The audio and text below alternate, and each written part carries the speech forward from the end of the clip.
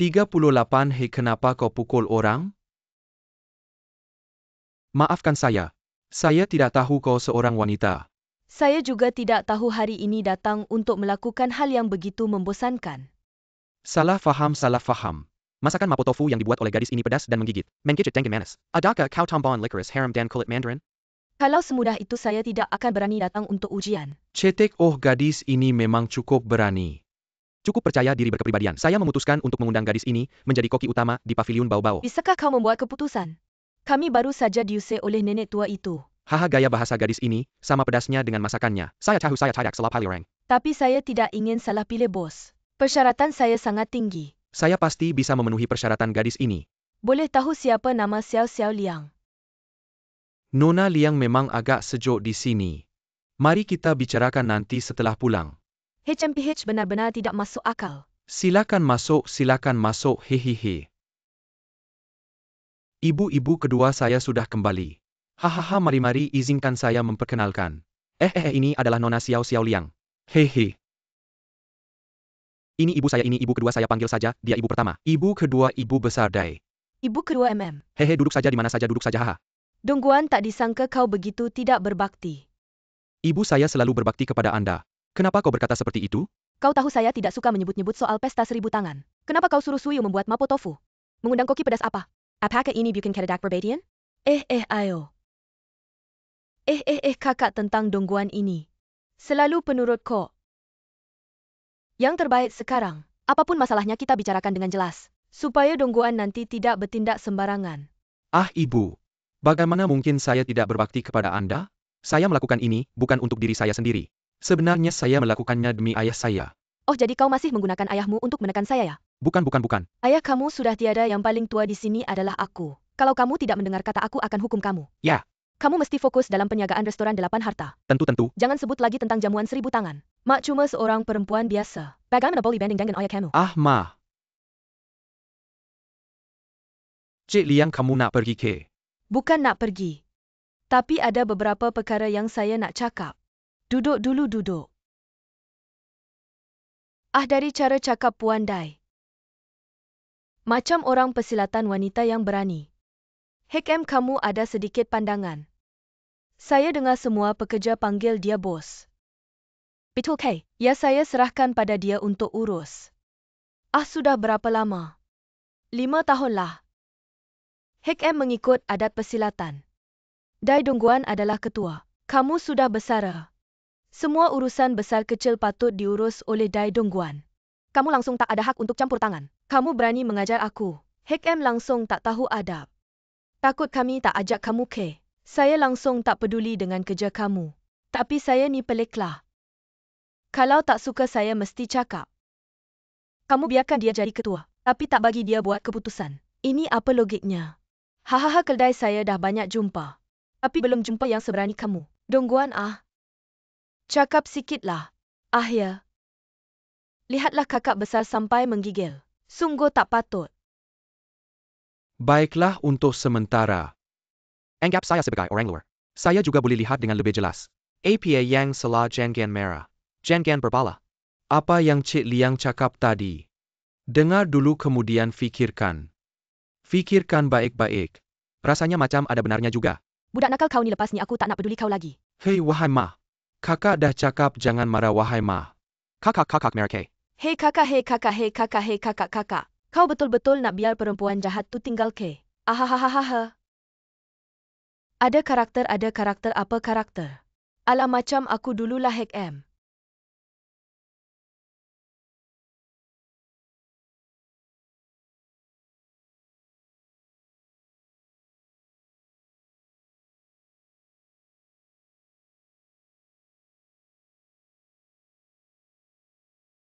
Sila Wakil Guangdong perkenalkan hidangan Anda. Tuan Mingyu Lu menghidangkan sarang burung emas dan perak. Sungguh mewah dan indah.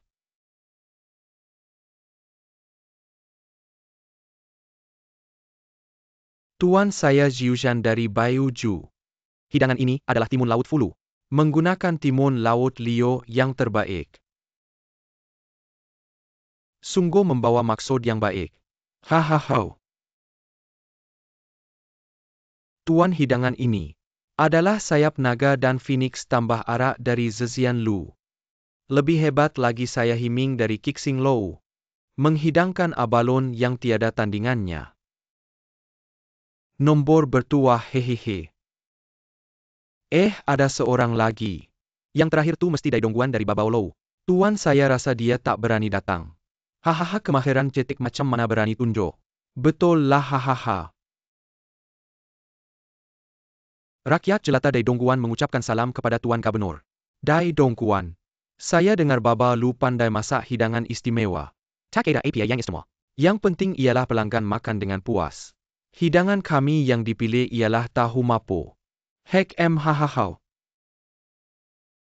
Kalau saya tak silap, hidangan ini dibuat dengan bahan istimewa.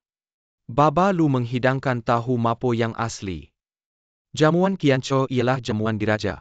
Macam mana kau boleh pandang ringan? Tuan rakyat jelata ini menyertai jamuan Qiancho. Merupakan penghormatan terbesar dalam hidup. Mana berani ambil ringan. Tapi tahu mapo ni terlalu biasa. Saya cadangkan kau guna hidangan yang lebih mewah. Tuan boleh izinkan rakyat jelata ini cakap beberapa patah kata. Buat Baba Lu hasilkan hidangan mewah dan cantik tak susah. Tapi semua yang hadir dalam jamuan ni adalah orang tua. Kebanyakan gigi dah tanggal deria rasa dah kurang. Jadi tahu yang lembut dengan rasa pedas dan masam. Sesuai untuk orang tua makan. Apa yang kamu katakan ada benarnya juga. Tapi mapo tofu tetap terlalu sederhana. Tuan hamba yakin. Mapo tofu akan lebih baik daripada 4 hidangan lain. Lebih hebat kamu tetap bersikap begitu. Pegawai ini tidak akan memaksa. Hamba akan berusaha sebaik mungkin. Tidak akan mengecewakan Tuan. Di sini katanya tofu perlu diperbaiki. Di sana sudah berjanji di depan gubernur. Kenapa kamu kerja tak ada pertimbangan? Jangan asal marah-marah dong. Kan kamu tak tahu keadaan waktu itu, bagaimana aku terpaksa. Tak boleh tidak berkata begitu. Rupanya masakan andalanmu cuma omong kosong. Kerja sama dengan kamu bikin kecoa. Katanya mau buat nama ayahmu terkenal. Kurang lebih malah jadi bahan tertawaan. Ini aku tak takut. Aku sudah kasih tahu nama kamu ke gubernur. Ada apa-apa kamu juga tak bisa lari. Hei, aku cuma kerja sini. Ya sudah kalau tak mau ikut mati cepat kerja. Ayolah jangan marah-marah terus cepatlah.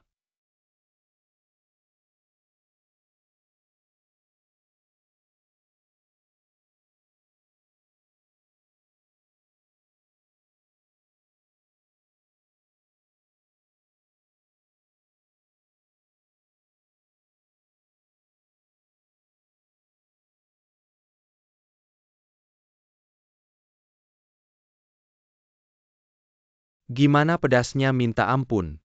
Tofunya keras dan kasar. Kan aku sudah bilang minyak jangan terlalu panas. Aku kira piring yang tadi sudah jelek. Mana tahu yang ini lebih jelek lagi. Gimana kamu masaknya? Kamu yang pandai masak sendiri saja. Kalau aku tak takut api aku sudah masak sendiri. Mana sampai giliran kamu. Ini juga salah aku sendiri tak berguna. Langsung pusing lihat api. Jangan ngaku deh penyakit apa ini. Aku belum pernah dengar. Kalau diceritakan panjang sekali. 20 tahun yang lalu. Waktu itu ayahku Dai Babao adalah koki yang mewakili Guangdong di pesta ribuan orang tua. Dia masak mapo tofu. Xiao Dongguan pakai lidah kaisarmu. Bantu ayah cicipi mapo tofu ini. Rasanya lidah kebas. Pedas-pedas manis. Dagingnya empuk. Tofunya licin. Aku belum pernah makan yang seenak ini. Betul Saya nak bawa keluar makan ni. Itu dia kejayaan. Hahaha saya berjaya. Saya berjaya. Hahaha.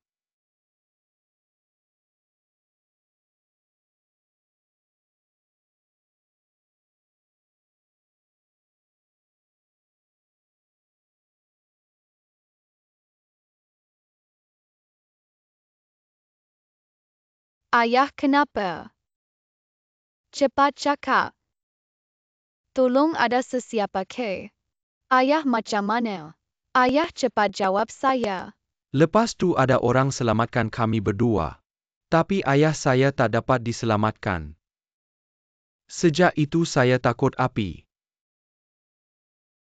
Setiap kali nampak api saya teringat ayah saya mati terbakar. Dengar cerita ni rasa tersentuh tak? Tak. Saya cuma kerja sini, jangan nak buat saya tersentuh. Paling penting gaji mesti tepat masa.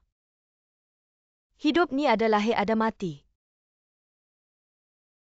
Kau bukan pedas je. Kau pun sejuk hati. Tunggu. Saya ingat dulu dapur ada kulit telur. Tapi tahu tu saya tak rasa ada rasa telur. 20 tahun dah lepas. Kau ingat rasa berdasarkan ingatan je. Lidah kau macam lidah raja ke? Saya ingat saya pasti boleh ingat. Kalau macam tu kau ingatlah saya nak pergi tandas.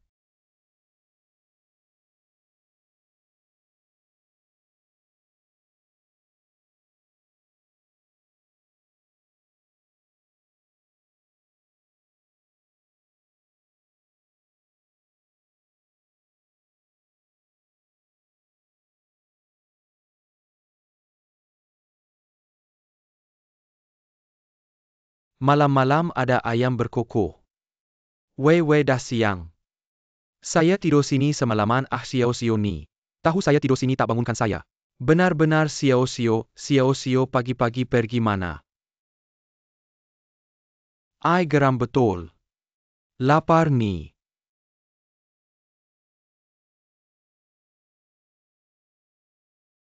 Dompet saya mana? Sio-sio lari bawa lari barang. Dongki ah.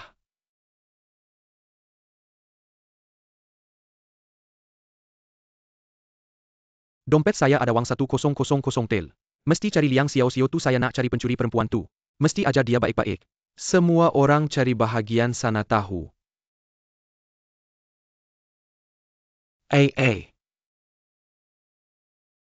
Baiklah, takdir datang sendiri. Cepat cakap kenapa kau baik tapi buat jahat. Rupanya pencuri kau curi dompet, saya cepat kembalikan. Apa kau cakap lepas, kenapa kau tuduh saya? Saya tuduh kau. Saya buat semua ini untuk awak. Semalam tiba-tiba saya teringat. Boleh tak kalau kita buat tahu dengan protein? Saya gelisah sangat tak nak ganggu awak tidur. Jadi saya ambil duit awak untuk cuba buat tahu. Awak ambil 1000 tel saya untuk buat tahu. Siapa nak percaya cakap awak ni? Buat tahu guna 10 tel je selebihnya. Jangan cakap awak guna untuk buat soya pula. Semua ada sini. Saya tak tidur semalam semata-mata untuk awak. Sekarang awak kata saya curi duit. Awak memang keterlaluan lah, Dai Dongguan. Betul guna 10 tel je.